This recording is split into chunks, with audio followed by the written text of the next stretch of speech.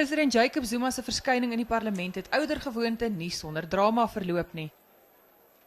We insist that Honorable Madisha. he is not honorable, he is not trustworthy, he is not Honorable Madisha. representing the people. The only question he must answer is when is he resigning?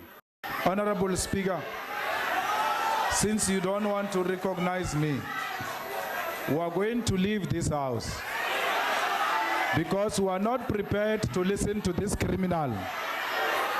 But we'll wait outside.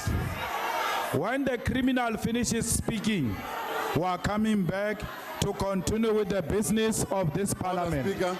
We are just going to the loo because we are avoiding the criminal. We'll come back when the criminal is gone. Thank you. Die ANC hoofsweep het tot Zuma se redding gekom en sê die president is nie in die parlement sodat LPs met hom kan spot nie. We have been abused and abused. The president has been subjected to abuse which our rules, Honorable Speaker, do not allow. Die EFF het uitgestap en daarna het Zuma vrae in eentonige reëlmaat beantwoord. Kwessies oor die Zuma bondgenoot en SAA raadsvoorsitter Dudu Mjeni was eerste op die sakelys. As an individual, I don't see any difference that has come from what she has done and from what other chairs have done before. The SAA has been in trouble. We are trying to get the SAA out of trouble.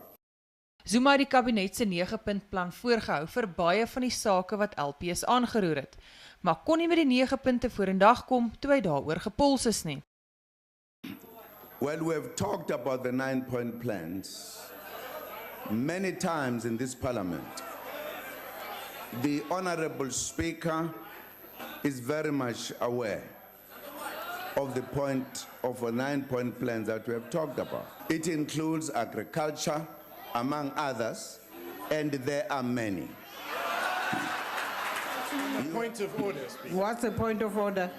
The President is clearly clueless about the 9 points in his No, own Honorable 9-point Mani, plan.